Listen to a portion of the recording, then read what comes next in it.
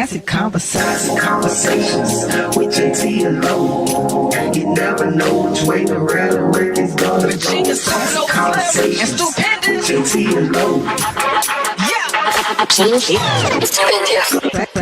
Konversations with Jae Tea and Low. You never know which way the rhetoric is gonna go. Classic Konversations with Jae Tea and Low. You never know which way the rhetoric. Classic Konversations with Jae Tea and Low.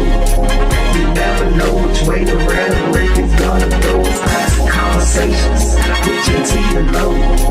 You never know which way the rhetoric is gonna go. Classic Konversations with Jae Tea and Low. You never know which way the rhetoric is gonna go. Classic Konversations with Jae Tea and Low. You never know which way the rhetoric is gonna go. Classic Konversations with Jae Tea and Low.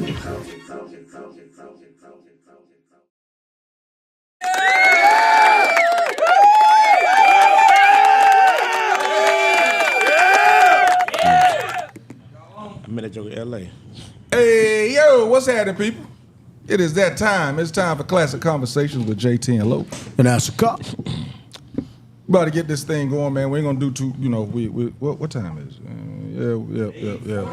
Yeah, 8:46. We're gonna try and just run on in this thing real quick. How you doing, Low? We ain't seen you in a minute. Everything good with you, bro? Everything is Gucci, my brother. Right. Still is a 3-0. And everybody else is Team Mark. Okay. All right. You all right over there, Cop? You everything good? Hey, man. I can't call it yet. All right, then. Well, I'll brag a little bit. I don't get to wear my stuff all the time. But right now, my boys won, so I'm wearing my Giants gear today. But guess what? This is Dallas week. And I don't care if we was 0-27. Oh, y'all got Dallas this week? Yes, sir. Thursday night football. We could be 0-27. It's still shit talking, you dig? All of you Dallas Cowboy fans, sit down. Pull your pants down and get on the toilet like you usually do. Oh. This Dallas Cowboy stuff, I don't care. I don't care nothing about them Cowboy fans. That's what's happening right now. That's what's going down. Dallas and Bears, they gonna beat the shit. Pull the fans down and squat. That's what they do. That's what they do. Y'all Dallas seen gonna beat the British the shoes off memes. y'all. Y'all seen the memes that's been out there. It's them. It's them. Y'all seen them. It's hard to call you a guest because Gyzay, you have been doing it with us, last couple of weeks coming on in, and I'm loving it that you're loving Yeah, being you're here. How losing you that doing? guest I'm status. doing awesome. How are you? Hey, I'm good. I'm Gucci. Michigan won too, y'all. Ooh, What'd you say there? Beat USC. Okay. Yeah, y'all did. Y'all look good doing That it. was for MJ again. That's all. Go ahead. Y'all look good doing it. I can't. Look. He talked so much, y'all. There you go. It's hard for me to talk about my college team, boy. Yeah, that was a Puma. All right. 70. We gave up 70 points this weekend. He said, pew. Yeah, MJ. Yeah, he talked a whole lot of trash. Yeah. Y'all need to handle that? Y'all want to handle that? No. Before we move on? He's made a point. I just thought, just remind. That's all. But go ahead, man. I had nothing to say, boy. That's all I wanted. There you go. Y'all got him quiet? Ooh. Oh, wow. Yeah. He's quiet? Shut me up. Hey, man, did y'all, I don't know if everybody's seen the video of her talk about the shooting that happened at the NYC, New York City subway. Mm-hmm. The person that they were supposed to shooting at, they missed. Is that what I'm getting it right? I'm a little iffy on it. I saw the video, but I wasn't able to really. But they were shooting at someone else and shot a bystander. Is that correct? No, that's not what happened. Okay, No. tell me what happened. There we go. That's what I need to hear. They didn't put, as usual, they didn't put the complete video on there, so you're going to have to wait and see why the police were at the scene. But they were confronting a man that had a knife in his hand and was refusing to drop it. They attempted to tase the man. The man pulled the tasers out of his chest, which typically indicates, because you're not going to take it, was both prongs hit connected. You could hear the taser hitting him, and he was able to pull him out. That's typically you're on drugs, or you're somewhat psychotic. He was schizophrenic, or whatever. And he was able to pull him out. Then he fled.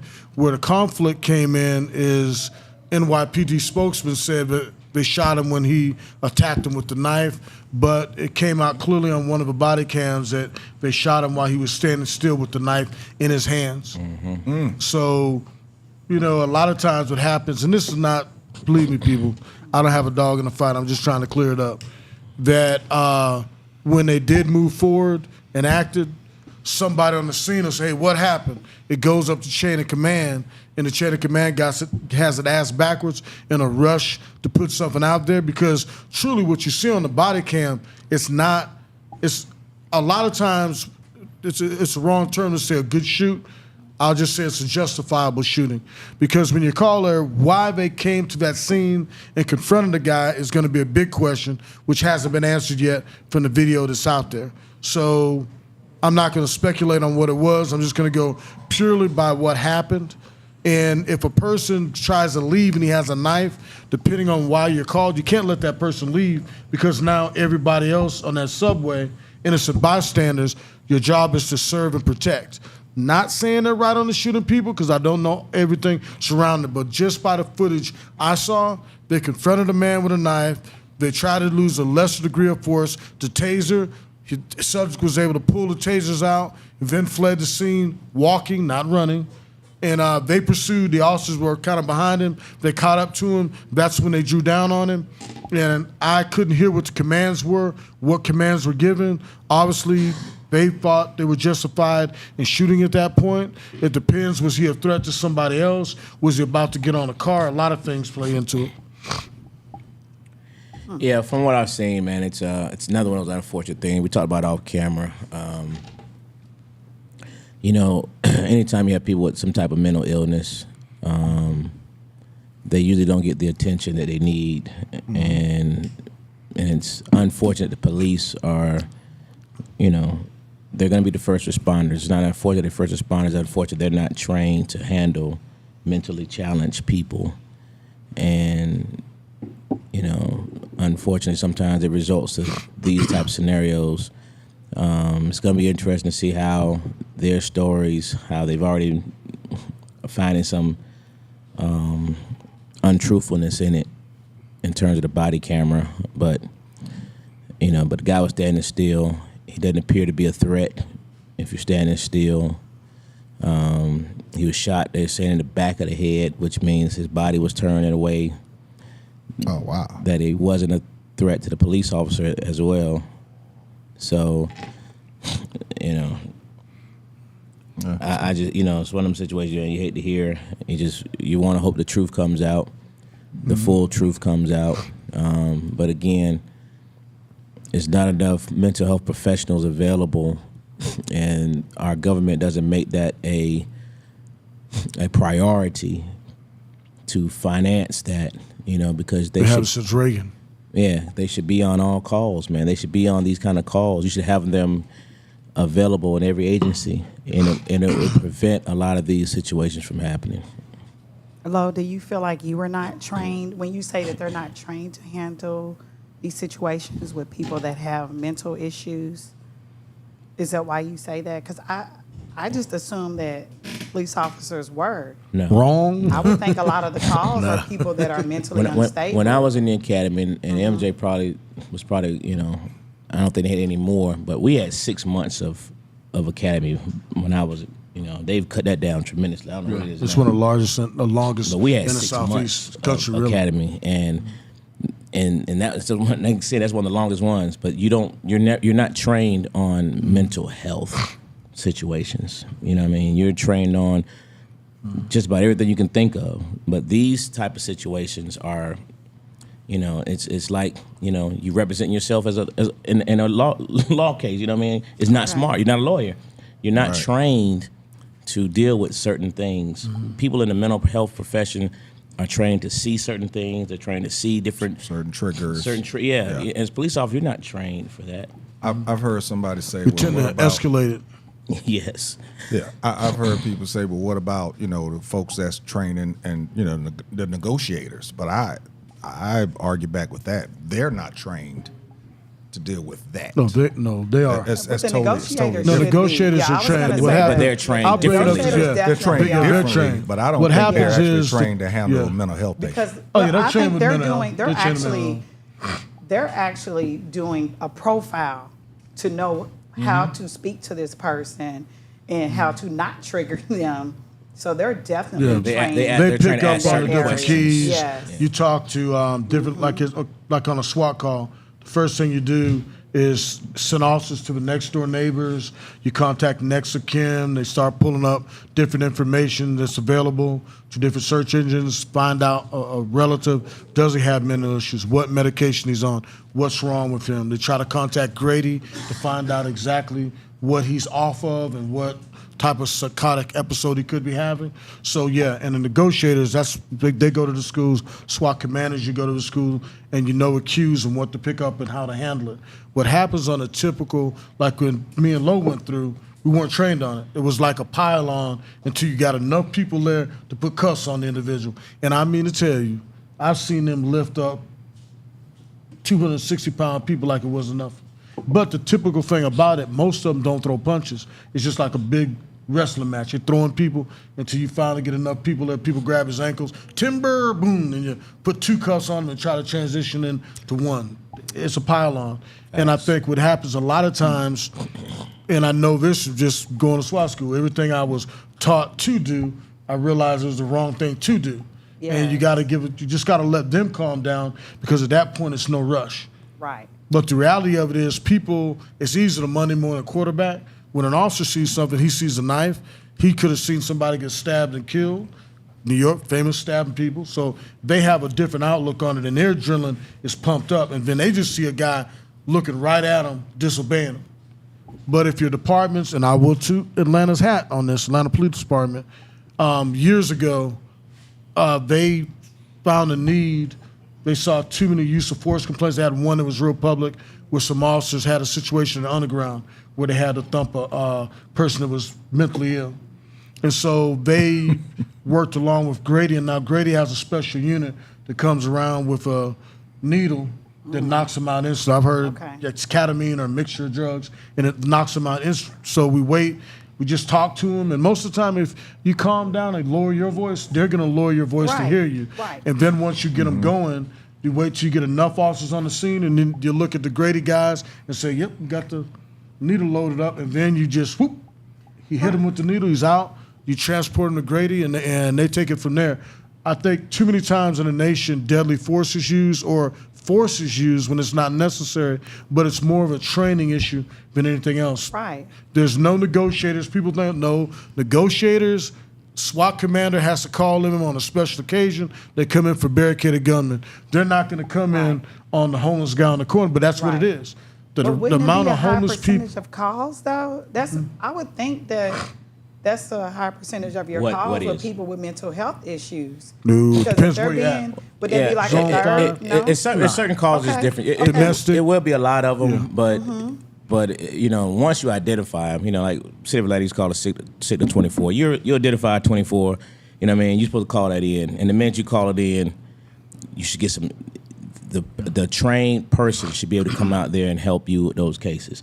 You will see a lot of these things be prevented if they just had enough trained personnel, but it just has to be a priority of our government that this is a necessity in law enforcement. You know what I mean? Because I feel like drugs will play a big part you can't in keep it. sending Drugs a law. and mental health. Yeah, you And I can't keep think sending those calls. law enforcement officers out there to handle these kind of cases. Right, I agree. And a lot of them take it upon themselves to take the time to know it, and they deal with homeless enough where they teach them themselves. Like some officers keep candy in their pocket. Like I know one guy. Nice. I'll tell you a funny story. That's nice. All right. And we're going to break right after this funny story. Okay. Simpson Road. I look too. Simpson Road used to be Joseph Boone. I speed it up. There's this homeless guy. Well, he was homeless / living with his mom. But anyway, when he's living with his mom, he worked construction. Big dude, barrel chested, big dude, but he was mentally off. So anytime, every Friday he get paid, he'd go drinking with those guys that shouldn't have gave Mac Hall they would. He'd come home drunk and he'd tear up his mama's house. Then I had to trick him out. Well, the good dude was used. Nobody you want to go hands-on with. So I would always swing by the store, get some candy. and I trick him in the back of my car. I said, come on, man, I put the rest of him in the back of the car. Right. Leave it back there. He get in the back of the car, slam the door shut, and we off to Grady. They'd get him back on his medication, next day be okay. Well, one day I was out creeping, getting some dope in Herndon Homes, and As a police officer. oh yeah, I was outside as a wondering police what officer. that meant. What Yeah, does as a that police statement officer. mean? Yeah, I was Can we? creeping. I was trying to sneak up on the drug dealers, lock them up. Anyway, that's not the important part of the story. Well, a call came up on my beat, and when you're a beat officer, you claim pride in your beat, you want to answer the calls. I knew what the call was. And I'm going to put him out there, rest in peace, my favorite sergeant, Sergeant Willie Adams Sr. Came on the call. You know how clean he was. Man, he was clean as shit. Anyway, they answered the call. But by that time, he was already showing out, so they didn't know what to do, and I was busy, had my hands full, and all I remember thinking was, oh, shit. Right. And they went in there, started some more units. I said, oh, shit. What happened was they agitated him. He ran in the back bedroom. He always used to knock the lamps over, which broke the light bulb, so it's pitch black in there. His mom was on the outside. Y'all don't hurt him, but instead of calming him down, they tried to go brute force. About 8 officers up in there. But anybody that's ever dealt with mentally ill people, what do they like to do? They'll shit and smear it all. They'll get butt naked and they'll smear shit all over themselves. So by the time I got there, everybody walked out and said, you got it? What's that? Now you can imagine, sorry, Nana. Yeah. But he's like, Yeah. Put it this way, a lot of officers went home early that night because he had smeared shit all over the side. Because back in the day, the officers used to go through the neighborhoods and get to know the people in the neighborhood, right? Yeah. So then you have a connection with them, and Community you're not oriented thinking to policing, shoot yeah. first, right? Just like you were saying that you had personal experience with the guy. But I think what happened. Hold on, Angela. You're gonna get us in trouble. Go ahead. We're going to touch on this when we get back before we go into the first subject of the night. We're going to take a break right now. Classic Conversations with Jae Tea and Lo. And that's a call.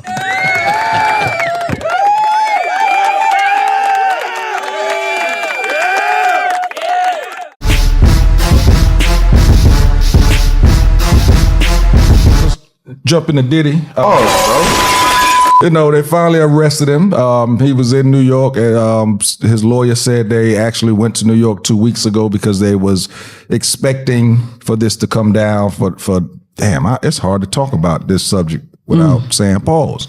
But the biggest news out of the arrest was that, first he was denied bond. That was denied. He's federally detained, and the man actually had 1,000 bottles of baby oil that was confiscated during the raid. That's a lot. That's excessive. That's excessive.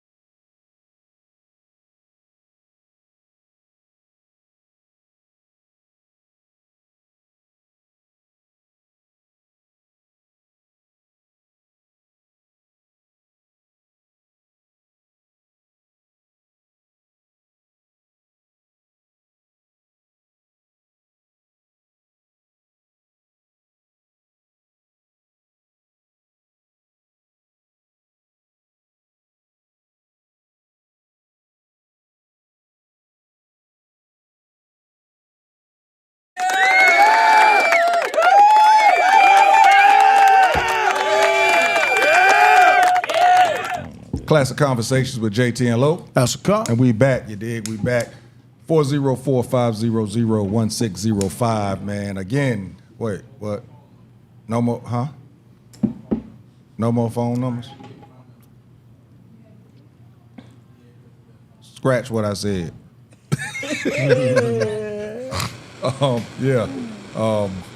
Yeah, Your Honor. Yeah, nix that from the jury. Yeah. So you got a comment to talk about what we're about to get into. A couple of weeks ago, we were speaking in regards to the presidency and how we started talking about education and the next generation. So excluding the presidency, that type of deal, you know, what do you feel we as a community have to do to help the next couple of generations coming behind us? This young lady here, she has a unique angle from an educational side of things. We got Ashley Cop over there that has dealt with a lot of youth in his policing days. Me and Angelo have dealt with a bunch of youth in regards to coaching and a whole bunch of other different things. So, yeah, that's basically the gist of it. What do you feel? What is your opinion on what we should do to help the next generations coming behind us? Not only the one right behind us, but the one after that also. Who wants to start on that? You can go. You want to go? Ask Scott. Okay. One thing we need to unwoke the woke. I think they're putting a situation together for young black youth, not the ones in the middle class, but the ones that are underprivileged, that they put stigmas on certain things that was how a lot of generations got up, and one of them is the military. You have so many people that slam the military and the skills, thinking, everybody now wants to get rich cream, be, internet, whatever, and make money, that a lot of people that are in a situation where the system let them down, they feel disenfranchised from, the American dream, and then you're telling them, oh, don't join the military, oh, you're a slave, or you this, if you go in the military. So a lot of them don't use that avenue just to change their environment, but also to pick up a skill they can use later in life and get a free ride in college afterwards. So I think that's one thing. I think people are so woke now that they're pushing black youth away from it, and that's the number one way a lot of black people joined the middle class in the 60s, 70s, and 80s. That's just my take. So you think that was bad, though, for them to join the middle class that way?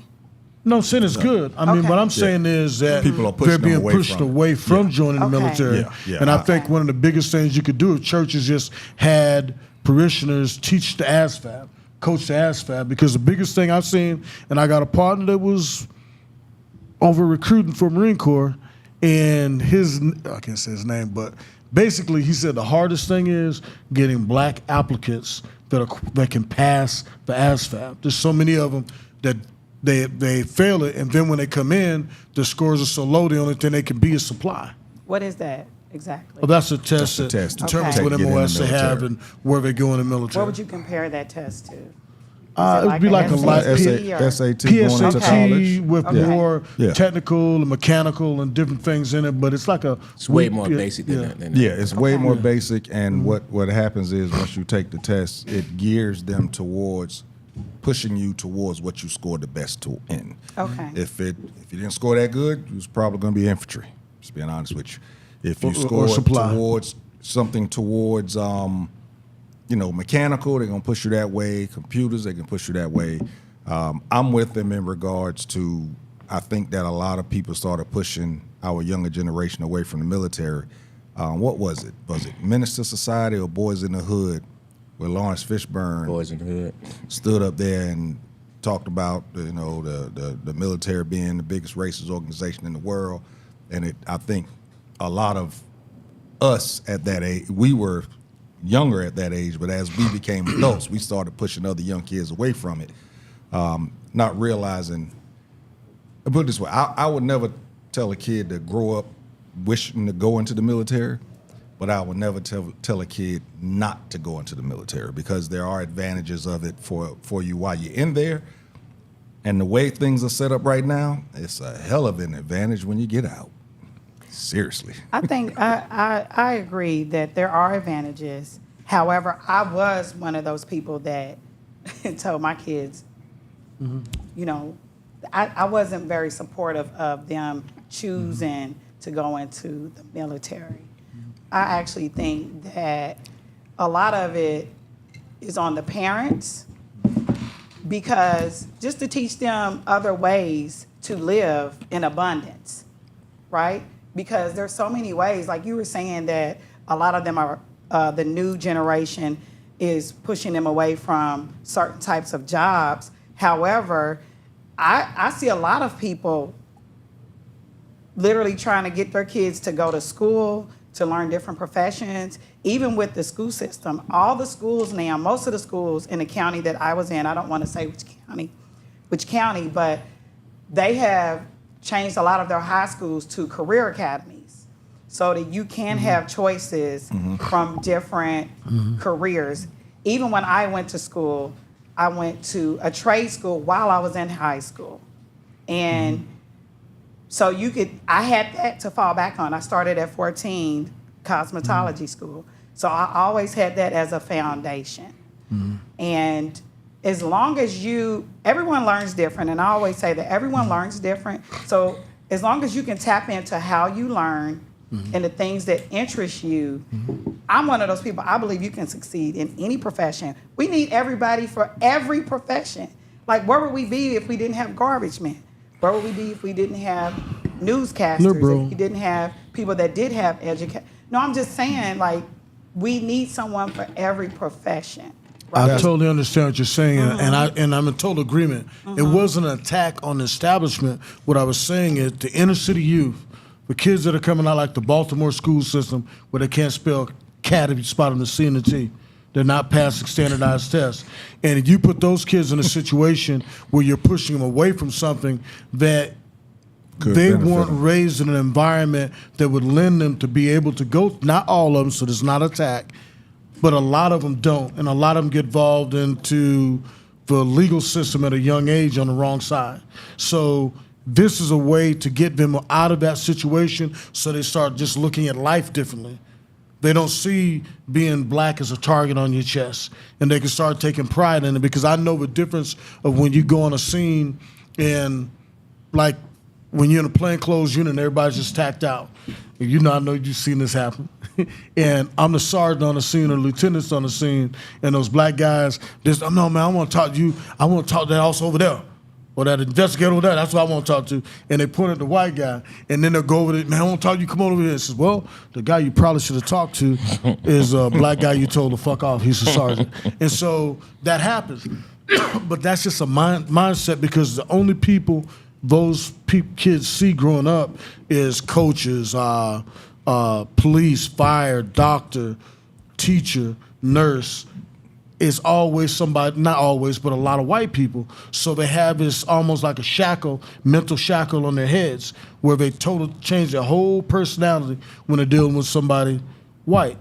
And I'm thinking, when you go in the military, I mean, I'm just saying what I observe. I think you're taught at a young age in general in America that the white people hold power, that they are holding positions of power. But it's different when you grow up middle class than it is when you're in the inner city. And I saw it in the city a lot. I saw kids that were 13 and 12 and they thought they were going to die, so they wild out because they say, I'm going to die anyway. And that's a mentality. So it's a way to break that mentality is not the pie in the sky. Well, they can all go to college. Everybody can be something special in America, which is bullshit, because a lot of those kids are behind the 8 ball so far that they need that helping hand, and the helping hand a lot of times it's just discipline, because they were never taught discipline.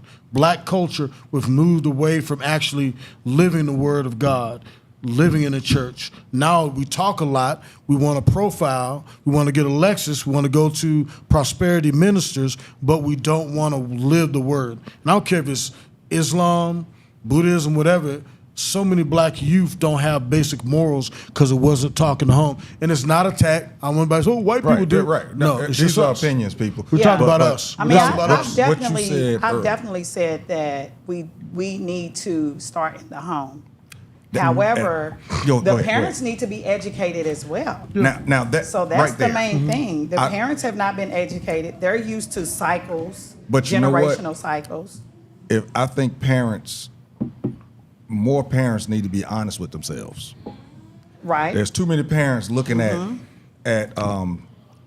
Lil Jordan, that's his nickname, because he's a Michael Jordan fan and he feels his kid is going to be the next Michael Jordan. Yeah. There's too many parents who's looking at their child, and because they graduated from college and had whatever grade point average, they're looking at their child and saying, this is what my child is going to do because I did it.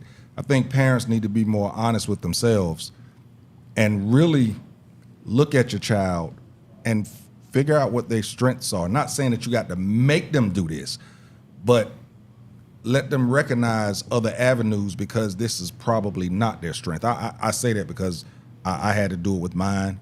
Yeah. Mine's very intelligent, very, very, very intelligent kid, but he was lazy. Yeah. And his mom wanted him to go to college. And I said, I would love for him to go. And I would love for him to do great. I said, but the thing is, once he's in college, you can't go up to the professor and ask for the professor to do a redo the way you did in high school. Right. This kid is not, very, very intelligent. Right. He's just a little lazy. Well, that's because we have grown them to be lazy. Oh, you don't I groom nobody. heard so many black people saying don't know that I want them to have what I didn't have. I want them to do what I wasn't able to do. Oh, yeah, I see that. Like, I see so many people spending $200-300 on a pair of sneakers where we didn't have Never. that coming up, huh? Never. I'm just saying that a lot That of sure enough parents happened do to mine. that, Yeah, they do, yeah. whether their grades are in line, whether they are being respectful or not. They do these things. So we are raising a bunch of entitled kids. Yeah. Not mine, because So- I was pretty strict on my kids. So again, being honest. If you raise them to be lazy, guess what? They're Correct. probably lazy. So Yeah. being honest with yourself, and in regards to expectations on the children, and what, like you say, I feel any child, if they put forth the work, they could do a whole lot. I ain't gonna say anything. Because again, that's sometimes you putting something on somebody that can't do any and everything, but they can do a lot if they put it on. Sometimes it just is. You understand if some people are criminals, they're criminals.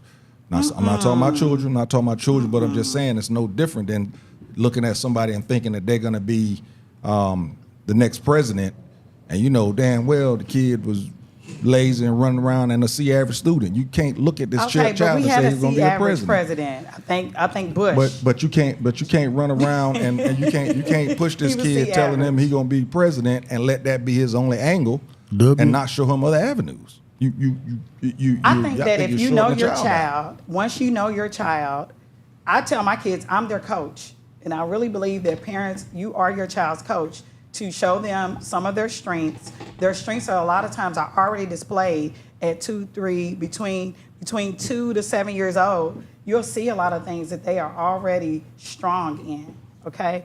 So once you see that, it's for you to remind them who they are, because you know when your kid gets about 5, if they're a person that's compassionate, they're a person that fights for people. If they are a person that, I remember my son was unscrewing things at 3 years old. He would find a screwdriver and you couldn't find him.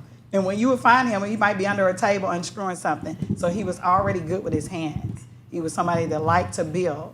So Or you tear can down. already see these things, or tear down or break it down, okay? Yes. So you, as a parent, you are to cultivate those things within your child. So when you are the person that should be looking out for opportunities to put your child in different programs that may interest them, that may grow them as a person. Yeah. That may If grow you're- the things that they are good at. If you're engaged in your child's life, If you are engaged, and a lot of people are not. And here lies that's A lot of parents are not. here lies your problem. A lot of parents There you think go. that the A lot teachers. of them have no idea until they're called up to the school, and then and then it's usually too late or already on the bad end, and then they don't even find out the real truth. They blame the school, the teachers. They do. But they don't have any accountability for the kid because they have no accountability for themselves. And they're so far behind they can't recover. So Yeah, and then they so- don't want to spend they'll get that Lexus or they'll get them shoes, but they won't spend the money on a tutor or a Kuman. Parents right now are worried about Christmas, but they have no idea what their kids' grades are, and they're already worried about. They're already trying to think about what they're gonna do for I Christmas. like that. I agree, Lo. That's dope. One of the biggest issues that I saw when I started teaching, and just to give a little bit of a reference, I started as a long-term substitute. So, which I do have a background, I do have degrees. However, I did come in as a long-term substitute, and I can remember that even if their child did nothing in my class, and you are required to reach out to the parents and say, hey, this is how your child is doing, before you can give them a low grade or a failing grade. And the parents would still fight it, even though I told them repeatedly, this person is not turning in work. And a lot of times the school system would fall back because they don't want to deal with that. So you are raising a child, they're raising kids that are entitled, because nobody is making provisions for someone that is not prepared. When you get out of high school, if you cannot read, if you cannot do math, if you cannot follow directions, and I don't care what anybody says, you need to be able to follow directions. You're not gonna come in as the boss, right? So you need to be able to follow directions and work with other people. Be agreeable at some point on your job. If you are going to be defensive and not know what you're doing, but still expect to get a paycheck, not follow directions, you are going to be lost. These are the same kids that will be in these streets trying to snatch, your wallet, trying to take your car, because their parents have supported them not being their best. You're saying parents in plural. Most of these kids are coming from 75% of black youth, 74% of black youth are born into single-family households. So you have a situation where there's no male present in those kids' lives, and it's not like it used to be. A lot of the women now are bad. I remember when I used to be at Charles Disco locking people up, you'd end up locking up. The mom would get in a fight, and you snatching people up in a fight and realize that woman's daughter is at the club with her, and you I don't know how many times we locked up a mother and her two daughters, a mother and a cousin, and that's commonplace. And so what I'm saying is, I'm not talking to the black middle class. I'm not talking to the black educated and what they do with their kids. That's a quick fix. You just got to pay attention. No. I'm talking to the ones that are coming out of the bad situations, your Old National Highway, your Glenwood, your Bankhead Highway, Donnelly Highway now, Simpson Road, Ashby, kids that are behind the 8 ball and they don't have anybody showing them the right way. The black nuclear family was broken down from the Welfare Act and other measures that our government took, and we've never rallied to change any of that. And I think that's where we need to start. Let me ask you this in regards to that. Do you think that we can... there's a reason for it. You're right. There's a lot of single-family households out there, and usually it's, a mother raising children. But as a community, can we keep using that as a crutch?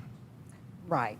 Well. I say as a community, no, not a crutch. You just need to acknowledge it and deal with it instead of putting this false narrative out there, because it's not the same woman. Because back in the day, it was a certain stigma applied to being a single mom. And it was like maybe a single girl when I went to high school was pregnant, and I was in DeKalb County. Okay, that's why my same high school, they got girls now that go to night school or they're walking around school pregnant. And I think that has changed to the point where it's not the strong black woman. Now it's 4 generations of fractured family, and now those women are trying to do the same thing their great-great-grandmama did, and it's not the same woman. Or their grandmama did, and it's not the same woman. And now, like I said, in Bowen Homes, and you can attest to that, Lo, from your policing days, you had 4 generations in the projects, same family, same street. I don't want to cut, but I know she's ready to flash some signs up. How do we fix that?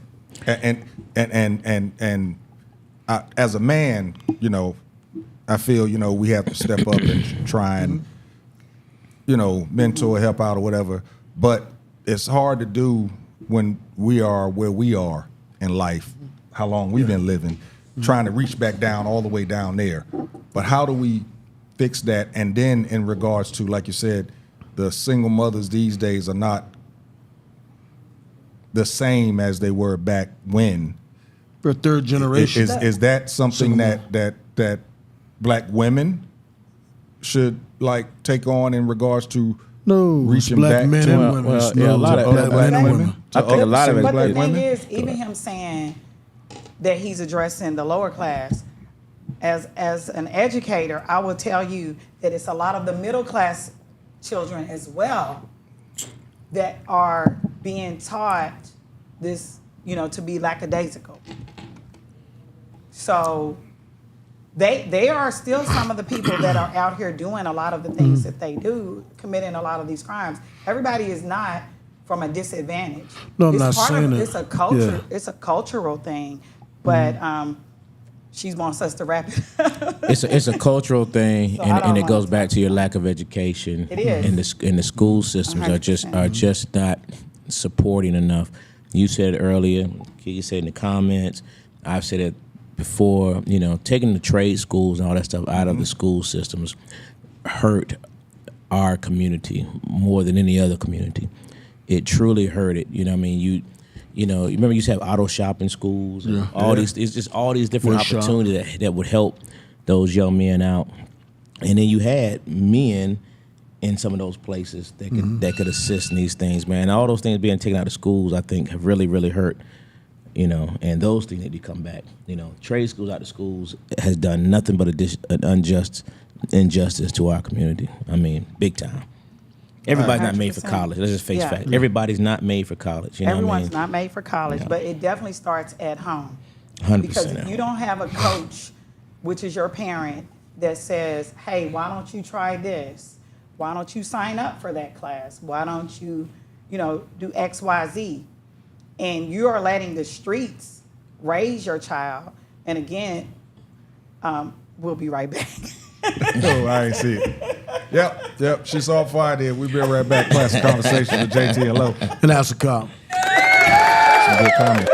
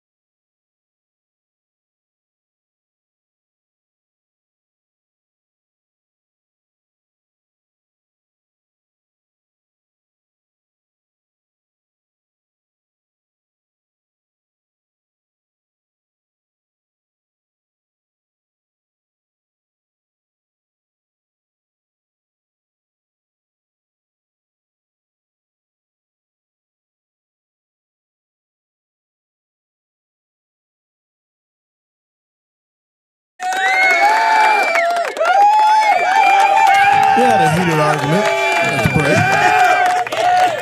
Somebody, the guest, knew absolutely nothing what she was talking about. Thanks for holding.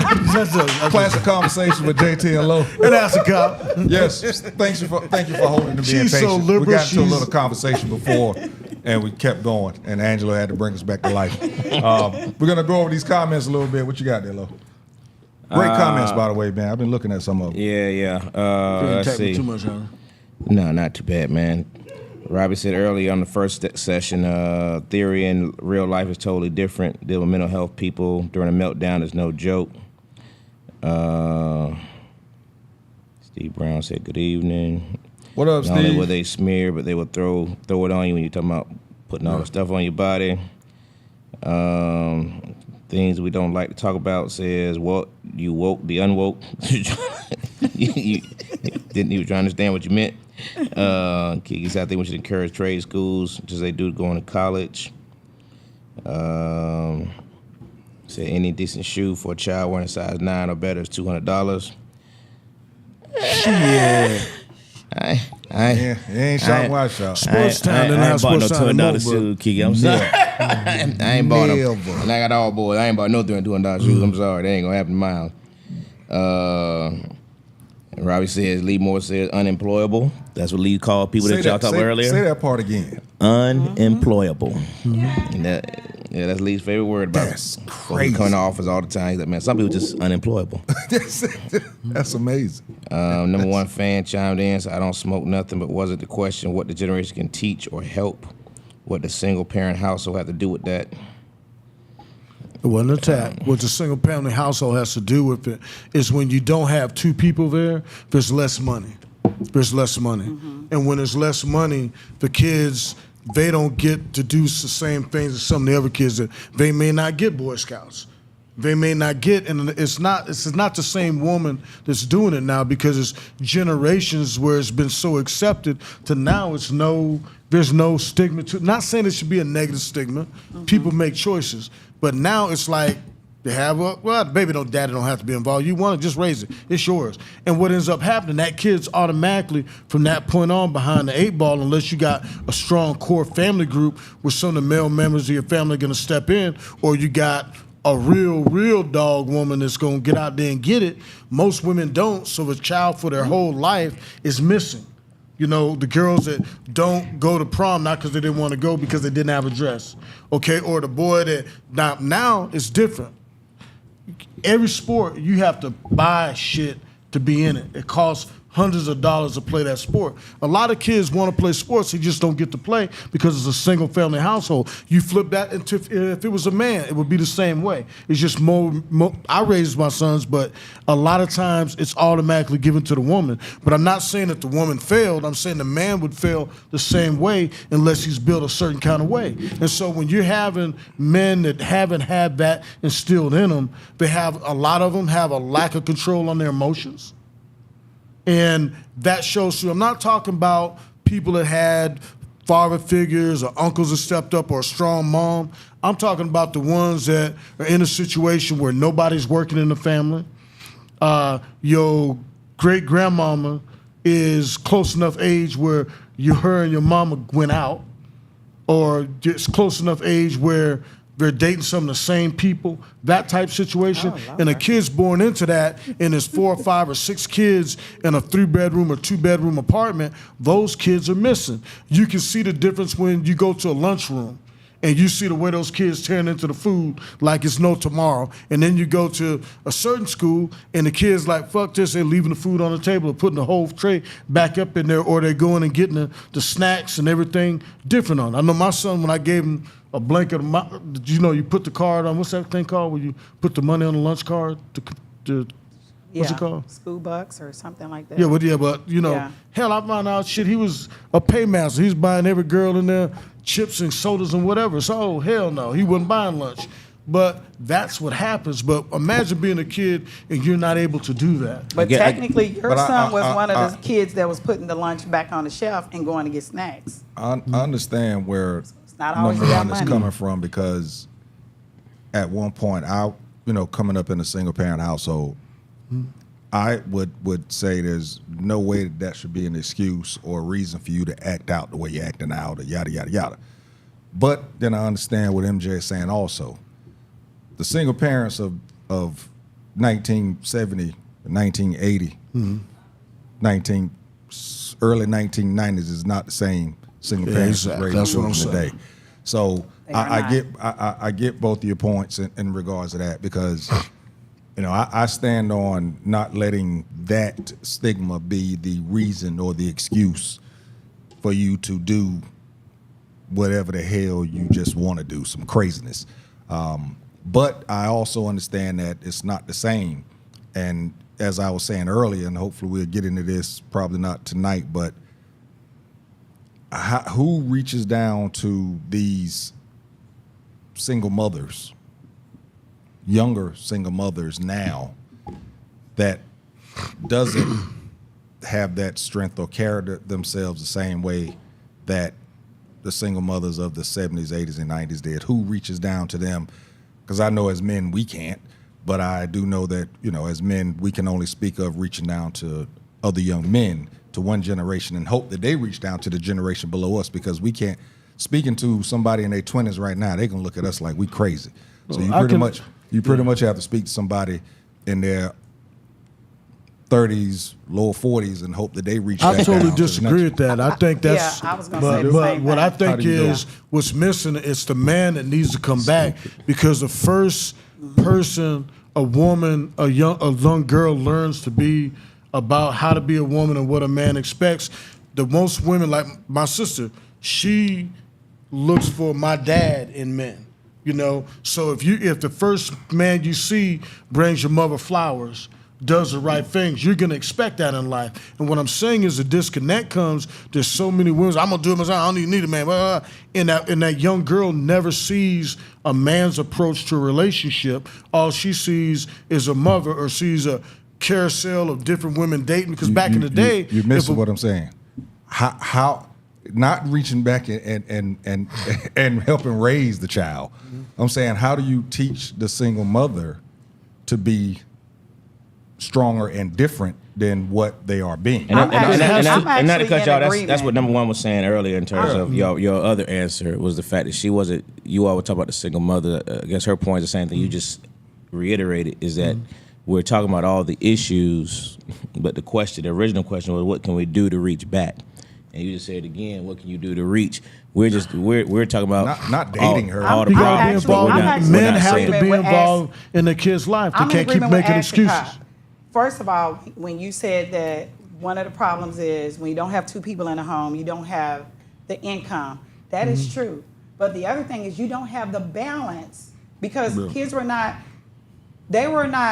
supposed to be raised by one person, giving them all their values, giving them all their points of view, giving them all their character traits or the things that they know. Because as a woman, I've never changed the tire. I know how to do it, but I've never changed the tire. My husband was someone that passed that to my sons and showed them how to do that. Okay, so you have to have a balance. And the other thing that I was going to bring to the table was that they have did studies, and it shows that single parent households that are raised by fathers, those children stay out of prison. Now, that's not saying that they're doing a better job. However, it's about that balance. And Okay, they're gonna men 100% bring something to the table. Okay, Different than a woman. and most women that different than the woman, because I agree with you, both bring something to the table, but we need that balance. How do we change it? The mothers that are out here, that these men, because I know the popular belief is that the women do not want men in the household. I don't see that. I see most women want the man in the household, but the man decides to leave. So now they have to make a decision to woman or man up and raise this child. So if other men in the community say, there's a single mother over there, I know a few single mothers, let me go get her son and bring him to football practice. Let me sponsor her son that wants to play football and I see that he's good. If the community came together, then it would be a change. because we are the only people. I saw this. Oprah had this. She's got a book out, and I think it's called "What Happened to You," and she talks about how we are the only society that expects a single mother to provide everything for the child, financially, physically, mentally, emotionally. They cannot do it by themselves. A certain segment A single woman of our cannot population. do it by herself. She needs community support. She needs the support from the men that do give a dang about these kids. Okay? That would change the narrative because men are leaders. Our men are so valuable. But how many of the single mothers, the younger single mothers today, are open to letting somebody mentor? There are so many women out there today, so many parents out there today that will just say, "Don't you talk to my kid? Wait, what? Why are you telling him he shouldn't be on that side of the street? Why are you?" It happens. So what I'm trying to figure out is when, who is going to reach back? I get what you're saying because that's again a product, and we had a village that taught me the things you're saying that your husband taught your kids. I had a village that helped me in sports and helped me in all that other type of stuff. But we don't have a village anymore. So I understand the apprehension of not letting anybody be around your child. But at the same time, who will reach back to these young ladies to let them know, listen, you're gonna need some support. So you're gonna have to trust somebody. You may have to sacrifice being in the club. You may have to sacrifice that pair of Louis shoes. You may have to sacrifice that for your child. And I'm not just saying boys, this is for girls also, for the daughters also. You may have, who is going to reach back to them to let them know that part? First of all, when you see a woman, don't get me wrong, because I have designer bags. However, when you see someone that just identifies themselves with the designer bag, that's already a deficit in how they feel about themselves when they have to find their worth in something else. So that's a whole different thing. But they're not lost though, right? They can still be. Do you feel that after that?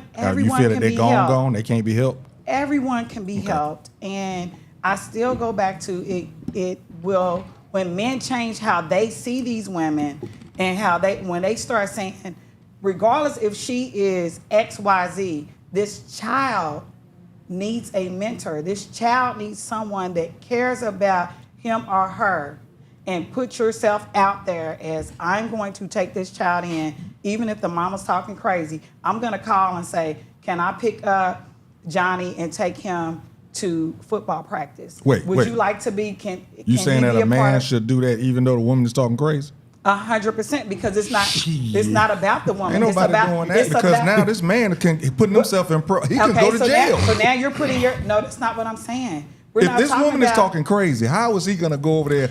Hey, can I pick your son up? Get the hell off my damn phone. What the fuck is wrong with you? And when she says that, you walk away.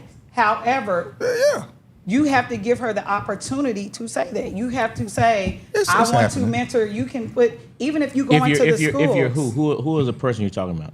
Any man that wants to see the community better, go into the schools and say, I want to take mentor a group of 5 young men to do whatever. You know what I'm saying? To whatever your skill is. If you run track, or if you've been good at football, or if you've been good at math, and you want to tutor some young men. And you can, and when you're tutoring or when you're coaching, now you take an opportunity to what? Give them life lessons that their mother may not have. That is a part of trust and believe. If a kid shows any athletic ability, that's not they'll get and that's the problem. The problem is the ones who don't show that skill, who don't show that, and. Like you said earlier, men leave. Realistically, statistics show that more women put the man out than the man actually leaves. And you have a lot of men who try to be involved in their kids' lives, but the woman uses that kid as a crutch and as a weapon, Weaponize the children. and weaponize the children. That happens way too often in the community. You know what I mean? So we can't discredit that as well. You know, and so you have a lot of women who could get some assistance. I don't think it's available to them. It's a matter of whether or not you're willing to accept it. That's the part. You know, who will reach back to these women and let them know? Listen, you can get help, but you have to be open to just help on the mentorship side. You know, you have to be open to it. There are so many out there that's closed off to not letting their child be around and other people. And a lot of that is generational curses. It is. A lot of it it is. is generational And this curses. is no attack. man. So- This is No, no it's not. attack at It's all. not. But- Who have you reached out? Because it's easy to say they're not going to let us. Have you created Every a program? look, Have you look, reached look, out? look. so much. Let's bring this up. All three of us up here have done it. Okay. All three of us up here have done Over it. Okay. And over again. I even do it with exes. So I you're still saying you do reach it. out But to the there exes and tell them? But there are women, because I know younger men now that would love to help, but can't, because now they're not involved with these women, but these women are so closed off to letting. And again, it's like you said, it's it's a generational curse. So and I'm trying to figure out a solution. I don't want to keep pointing a finger. Yeah. Who is going to reach back to these women and say, listen, girl, just open up a little bit. I ain't saying you got to let a whole bunch of men up in your crib or whatever, but like you said, sports is always, like you said, Yeah. if a kid is good in sports, Somebody there's somebody going to be there. But everybody, drive across town, load that team up. everybody ain't good in sports. So Yeah. even if it's, hell, let's say art. Well, I mentioned math. Let's say art. Math too, but let's say art. And there's somebody that wants to mentor the child, LGBTQs. but that woman, and it could be because of her schedule, whatever the reason, because being a single parent, and this is why I respect single parents, especially single mothers, so much. There's so much that you have to give up. There's so many sacrifices that you have to do as a single mother, especially with if it's a boy, but also with a girl, but especially with a boy. There's a lot of stuff that you have to give up. Who is going to reach back? And I say this because when we do these, we can only speak on men, us reaching back to men. It's hard for us to reach out to younger women because there's a whole lot of stuff that come about that. I'm gonna But push who off is- the who is- woke who is community. going to reach out to these younger women? So let me ask. You know what you when need you to say do, though? y'all, I'll say this, and the thing in the black community, I'm going to say it. We got away from the church and forcing kids to go to Sunday school, so some of these little bastards have absolutely no Lord. idea whatsoever what My. right and wrong is. I don't care if you stay in the church, but at least if you put them on a church pew and then somebody's teaching them, if you don't want to do it and they hear somebody teaching the word, some of it's going to seep through at some point.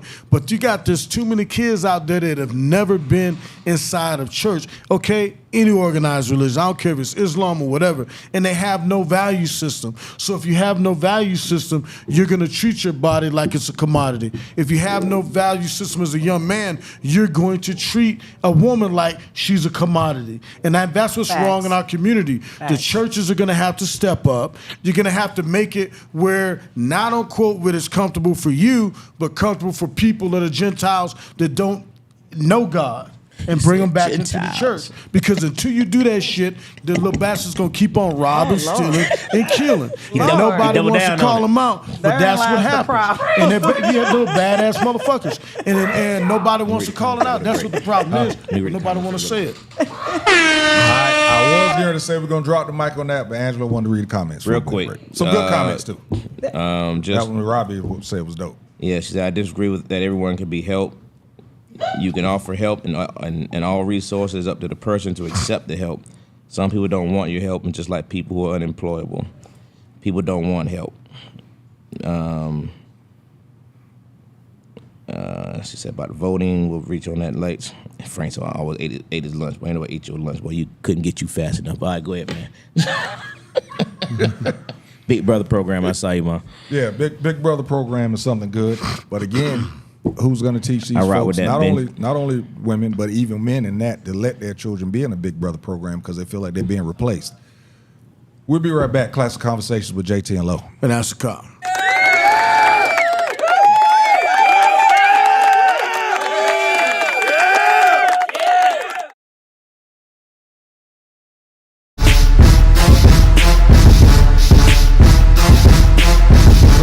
Jump in the Diddy. You know, they finally arrested him. He was in New York. And, his lawyer said they actually went to New York 2 weeks ago because they was expecting for this to come down. It's hard to talk about this subject without saying pause. But the biggest news out of the arrest was that, well, first he was denied bond. That was denied. He's federally detained. And the man actually had 1,000 bottles of baby oil that was confiscated during the raid. That's a lot. That's excessive. That's excessive.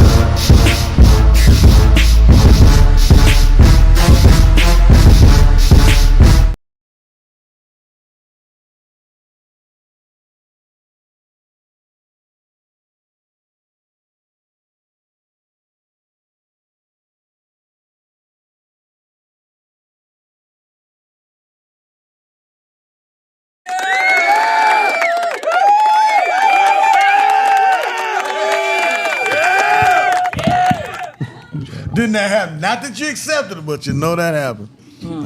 I have no knowledge of what he just talked about.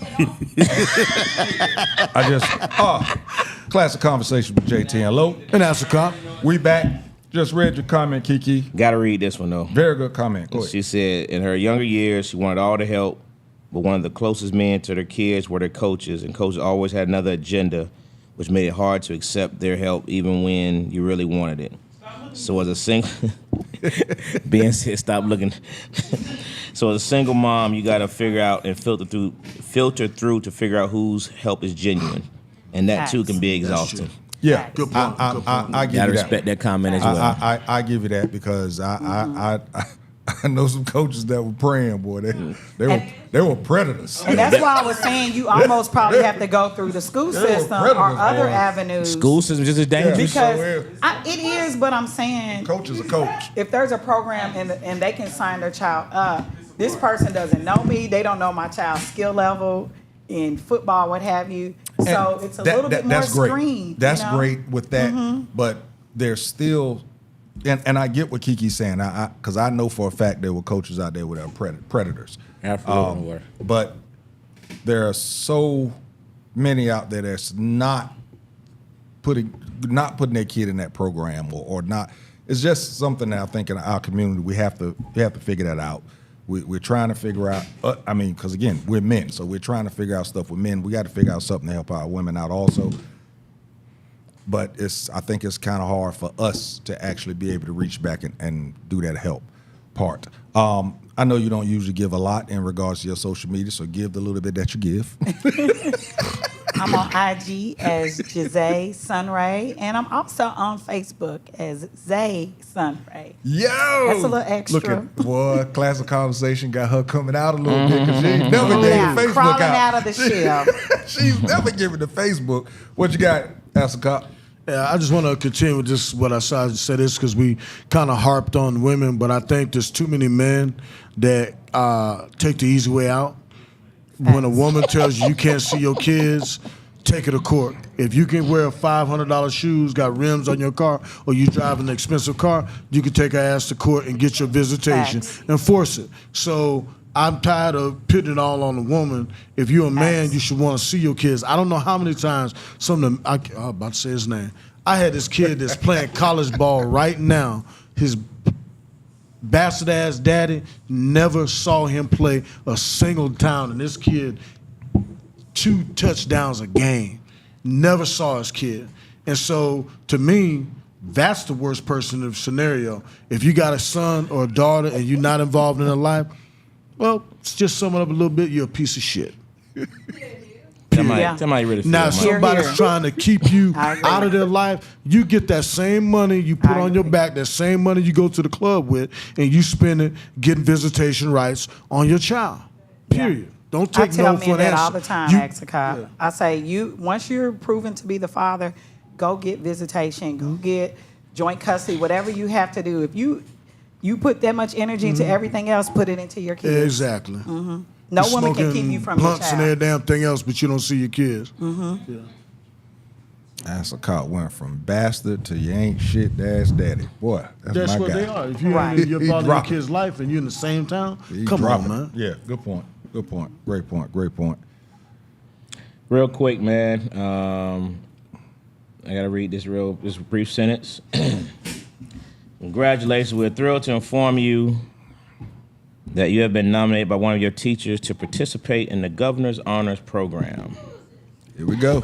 You know it's my ace. Here we go. Them sites, boy. Them sites. That Sites clan, boy. Nomination is a testament to your hard work, dedication, and exceptional abilities. We couldn't be more proud of your achievements. There's more, but you know. Hey. That Sites clan, man. It's my ace, man. My cute little nerd does it again. Frank said, Ruckus. I mean, the cop is on one tonight. Yeah, I know, right? And Robert made a good point, too. She said, make sure they are legitimized if you're not, that you get legitimized if you're not Signing a married. birth certificate does not legitimize them unless you're married. Yeah. In some states it is. Not in Georgia.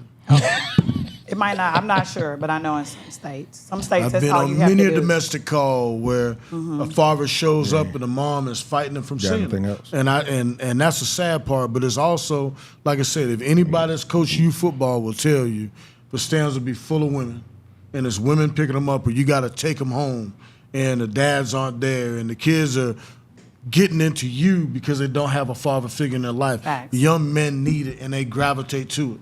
Yeah. Anything else? Real quick, Frank says he mentored with the Take Stock in Children program in Florida. He's been with the same group of men since they were freshmen. Now they're seniors. He truly values it. Outstanding, Frank. Outstanding, That's the kind of stuff we need, man. That stuff, yeah. Especially That from a stuff, brother like you with that history. Yeah. That has to mean a lot to these young black. Frank also said Yes. you ate his lunch all the time. Man, Frank, you couldn't beat Frank to lunch. Don't believe that. Kiki said, listen, as soon as I coach, offer to pick up my son or drop them off from practice, I start looking crazy. And Robbie ditto the not in Georgia part as And far as the that's a real legitimizing. concern. That's Yeah. No, definitely a real that's a legitimate concern. I'm you sure. know. I'm It's sure. legit. It's Hey, legit. early voting has started, man. Make sure you take Yes, sir. advantage of the early voting. Take advantage of early voting. Yes, Get sir. out there Get so it's not that long ass line. I don't have much, man. I don't know of anything that I've done. It's coming out. I don't know anything. I started working the job, during the day, so I ain't doing too much right now. But I can tell you this. The next time you see me on this set, I'll be a year older. Uh-oh. That is a fact. That's a fact, brother. That is a fact. Again, if you see me on this set again, I will be a year older. So you did a double nickel last year. Shit, I did double nickel 2 years ago. Dang. Time flying, boy. Listen, I'm still the double nickel until I'm 60. That's what's happening. That's what's up. I'm the double nickel until I was 50 Damn, until I last became year. the double nickel. Yeah, 2 that was years 2 ago. years ago, bro. That was 2 years ago, man. Some of y'all getting old, man. I don't know what y'all doing. my dad was 26 Some of y'all. up until I was 30. So past Yeah, 30. man, So They say you were 30. yeah, my past 30. My daddy that's was funny. still saying Yeah. he was 26. It's happening. It's happening. For any of my cigar smokers that happen to take a look at this replay during the week, at the Atlanta Cigar Experience is going on this week. It's by my man Cigar Mike. A whole bunch of different places that they're doing it at. Cigar Mike. Yep, he doing his thing this week. Last week was Atlanta Cigar Week. I survived. Yesterday I slept. I mean, I was done all day. It was rough. It was rough, but I had a great time. Frank said you look great for 70. Hey man, 55 until I'm 70. That's what it is. Shh. 55 is the number we need to know. I meant to wear that shirt. Should have wore that one. Speed limit. But yeah, man, that's gonna do it. Hey, listen, love your input on our show, man. You bring a fresh perspective you. to us, Thank you. and I love the way you throw out them stats, and then we can come back at you. I love it. Thank you. All right, top 5 real quick, man. Let's run through them. This is an oldie but goodie. So give me your top 5 TV moms of all time. Your top 5 TV mom. What TV, right? You say TV? TV. Top 5 TV moms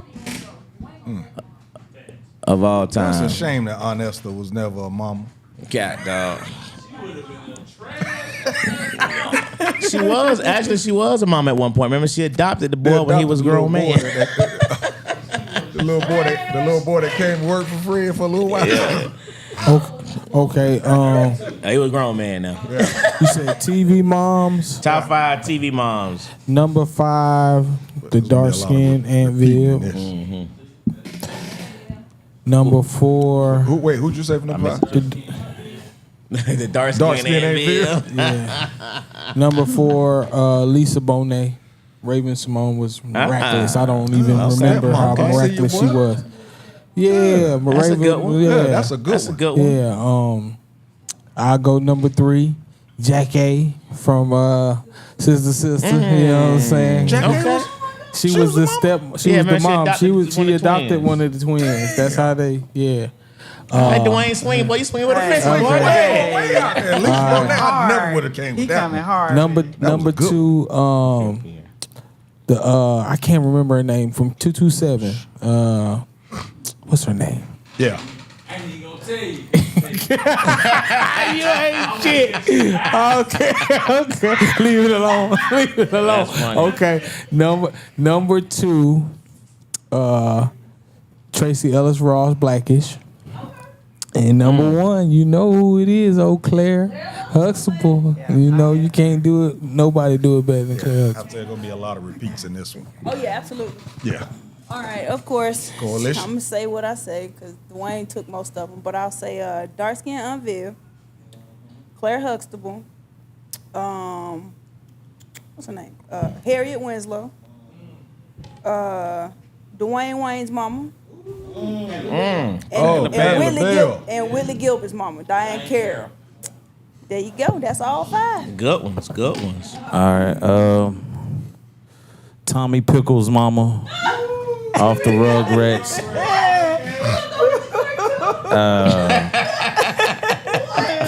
Wilma Flintstone. Boy, you got me. Yeah. And for you, Dwayne, Marla Gibbs. Angela Bassett off 911. Oh, yeah. I don't even know she's a good mom. I just like watching the Angela Bassett on 911. I be like this, run! Hey, man. I love when the camera Bro, behind her. she's a great mama. I still got a groove back, boy. And child's father ended up being gay. Yeah. And she's still friends they with play him, her whole and they family. That's share it. some bullshit She is right a there, great boy. mama. Hey, she was a great mom. Let me see it. And I guess my last would be the mama off Atlanta that played Ern's mama. She was hell. You need to start eating something, eating that snacks and shit. Eat some real food. That was a real mama response. You know I'm gonna take one of yours. Of course. I'm gonna take all of them real quick. You Number ready? 1. Go ahead. You Go ready? ahead. Go ahead. Number 1, Florida Evans. birthday. Good times. You know he did. But still gotta be there. Let's see. Next,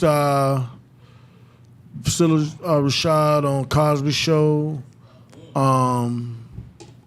Let's see.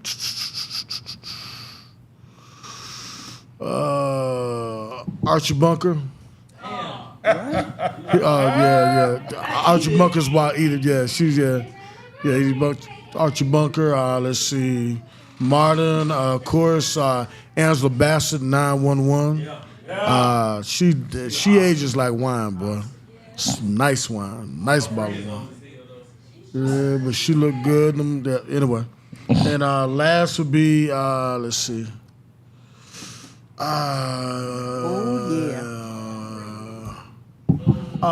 The girl, comedian. The comedian. I want to know what that is. No, she had a daughter. Do you know what's a comedian? She got a nice rack? Monique. I knew it. Okay. I knew it. She did that. Monique got some titties. I mean, No. she does have it. Push up. She not real big. Well, when I saw her, she you talking had about in the boosted up. Parkers? They look good. In the Parkers? Okay. I don't know. What you got? I don't know if she was a good mama on that one. You want me to do mine? Yeah. Okay. I have Cookie Lions. Okay. Taraji. I've been told that a bunch of times. Y'all know she's fire. Okay. Sometimes when she wasn't- beat him with that broom. She wasn't a good mama, All though. right. Okay. She Today, dope. Lucius. Okay. Look, she dope. I don't know about she was a good mama. She took them charges. Okay. They took them charges. Good She wife. put them in line. She ran the whole empire, okay? So she was a good mother. Jennifer Lewis, off of everything, but we're gonna say Blackish. She was good. Bo, off of Blackish. I loved her on there. Claire Huxtable. And then I'm gonna piggyback off of my man in the studio and say Marge Simpson. Nice. The raspy voice, the style. Okay. Putting up okay. with idiots all day, you know. All right. Yes, yeah. Exactly, bro. I'm in agreement with you. I wouldn't get a single. When you threw the cartoons in there, you changed the game. So I said, let me throw some cartoons, yes. All right, well, What you got, Teasy? You got me on Bo. Yeah, Bo. She was dope. She was Yes. dope, and Betty Rubble from the Flintstones. Since she took Get Wilma, the cartoon trend going. Okay. had to go with Betty. Wheezy from the Jeffersons. Because I know Angela already got this as number one, I'm gonna go with Florida as number two. Then, of course, Claire Huxtable is number one. Okay. All right. Robbie has Sophie from the Golden Girls. Florida from Good Times. Oh, Maud. Okay. Oh, wow. Maud. Yeah. Monique and Marla Gibbs, 227. Frank has Claire Huxtable. Family Matters. Harriet Winslow. Monique on the Parkers. Tracy Ellis Ross. He stole mine. I thought I'm gonna get rid of this one, but Peggy Bundy. Yeah. Things we don't like to talk about. Oh wait, you said Peg from the Bundys? Yeah. Man, I had a Hey, she was lit. I had a little crush He on got Peg. Claire She was lit. Huxtable, Aunt Viv, Michael Keaton mom. That's a good one. That's who I could not figure out. Yeah. Family Matters mom and Mama Kent. And Robbie threw in Adam's family mom. All right. So I have, thought I was going to sneak it in, but yeah, Harriet Winslow is one of mine. I also had Peggy Bundy. I also had Claire. I only got one that nobody said. Marion Cunningham from Happy Days. Wow. Wow. I was Okay. I said, I'm not worried about myself. That's a clap. I was gonna do the beef. I was gonna do the beefs, Yeah. Now I want to know how old is Lowe. Oh yeah, I was gonna do Happy Days. I was gonna do Happy the bees, Days. Mom. I promise you I was. So he went back. And then, of course, you already know my number one, man. Miss Florida Evans, of course. Kiki just chimed in. She got Aunt Viv, Mom from House of Pain. Oh, okay. Good one. That's a good one. Yeah. Which mom? I'm assuming you mean the short lady, right? Yeah. Good. Not the drug head. She came back strong with the twins. Wilma, the mom in the new Fresh Prince. Oh, yeah, she's good. She's good. Yeah, the new Aunt Viv. Is it good? Oh man, you ain't seen that show? Oh, bro. That's really good. I thought a remake. That shit fire. The way they did this remake is how you should do a remake. I mean, same characters, but the characters all different. Hey man, when I All tell different. you, you look at Jeffrey in a totally different light. Totally different light. Hey, Jeffrey, that dude on there, man. Hey, you gotta respect them. You know what I mean? Yeah, they made the characters. They changed the characters up on that joint, man. They did a good job on that. It is. I'm gonna check it out. Yeah, Okay. you got 2 seasons you can catch up on. And Claire Hustle's her last one. Yeah, two. Yeah, that's I thought a it good one, wasn't man. gonna be good. Nah, that show. They did that one right. Okay. They did that how you do a remake. Yeah, they even had. Even with Marlon Wayans. We're gonna shout out shows. Like Yeah. Average Joe is a must see. Average Joe's excellent. Yeah, That shit's funny as Excellent. shit. yeah. Is that back on? And it Is ain't it another coming. It season? ain't coming back to 2026. I Hey, think. excellent show. That Yeah. that's one you'll binge. They did You'll not. binge that show. You'll For binge some it. reason, It'll keep you going. Keep going. It'll keep you For going. some reason, they didn't. Yeah, that was good. Yeah, too. that's good. That was good. For some reason, they didn't renew it was until good. the end of the season. So that's why it's gonna take so long because they didn't start filming. I love It's gonna Deion take so long Cole. for it to come out. Yeah. Deion Cole got it His going new on. special is dope too. Deion's new special they got. That's the out. last It's pretty time dope. Deion responded back to my message too, and I gave him big ups for that show. I said, man, you killed that. Jay said, appreciate it, bro. It didn't respond. And nigga ain't responded since. When I talking about coming to the club, you know what I mean? I thought I was going to the club, you always like go dog on radio silent on me. Yeah, I know, right? Don't do that. Hey, great show tonight, man. Great show. Yeah. Great show. Great Oh yeah, show. shout out Colorado. Good job. Prime Shador time Sanders. almost lost the game. Yeah, he but did. shout out to his son, and that dude. Hey boy. Yeah, Hunter. Hey man. That dude is different. Hey, listen. I know we don't want to get on this. He Sports might be playing binge, for Dallas next but year. I'm gonna tell you something. I hope not. For somebody to play both ways and be the man on both sides of the ball, bro, he's a unicorn. Period. He brought the Yeah, he's funk a on the hitters unicorn. in the game. He's a unicorn, man. And I saw it coming up. I was like, ooh, he one-on-one that dude. There's But a lot he of stuck people his that head in play there, both man. ways, but they didn't get the accolades. Hey, that dude both. different, man. He could end up being on an All-American team, both sides. Real talk. Seriously. Real talk. And that'll on be both the first sides. time since Oh the yeah. 50s. Period. But that dude there is different. Hold on, let me get my aunt's 5 in because she'll text me after the show and tell me I missed her 5. So she got Claire Huxtable, June Cleaver, Mom on Blackish, Rainbow. Oh, what's happening, Mom? Good one. How did I forget her? Wow. Oh man, For how did I real, forget man. her? Mabel Thomas. Mabel Thomas was her name. Sure was, bro. And Mom on Bob Abishola. Yeah, she said the grandma mama. Yeah, okay, that's what I thought about Kiki. Yeah, Mabel, man. Mabel King was a real name. Yeah. Good one. Sure was. Mabel King was. Mabel, real. yeah. She was a good one. That was a good one. Damn. Shout out to Walona. Shit. We never really got to see her be a mama, though. She was prayed at the end of the show. We never got to see her be a mama. She was just fine. Shout out to Valona being fine. Chad Penny. Oh, you said Valona. I thought you were talking about Wilma.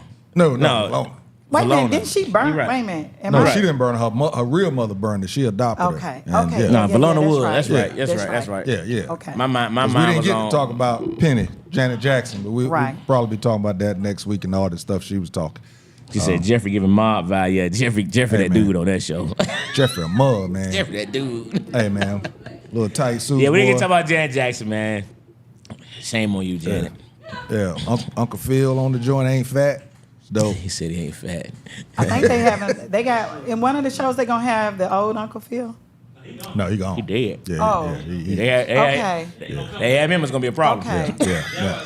Now if they have him, I mean, no, I'm sorry. I didn't mean Uncle look, Phil. I meant if they had- Jeffrey. I meant Jeffrey. Yeah, they had I'm it. sorry. They I'm had sorry. they had the old Jeffrey up there. Okay. I was gonna say if they had Uncle Phil, sorry, they would have the light skinned Viv. Yeah, they had light up skinned there. Viv. Yeah. If they have Uncle Phil up there, the old Uncle Phil, they will be the #1 show ever. That was the first zombie that we ever see on TV. Ever and ever and ever.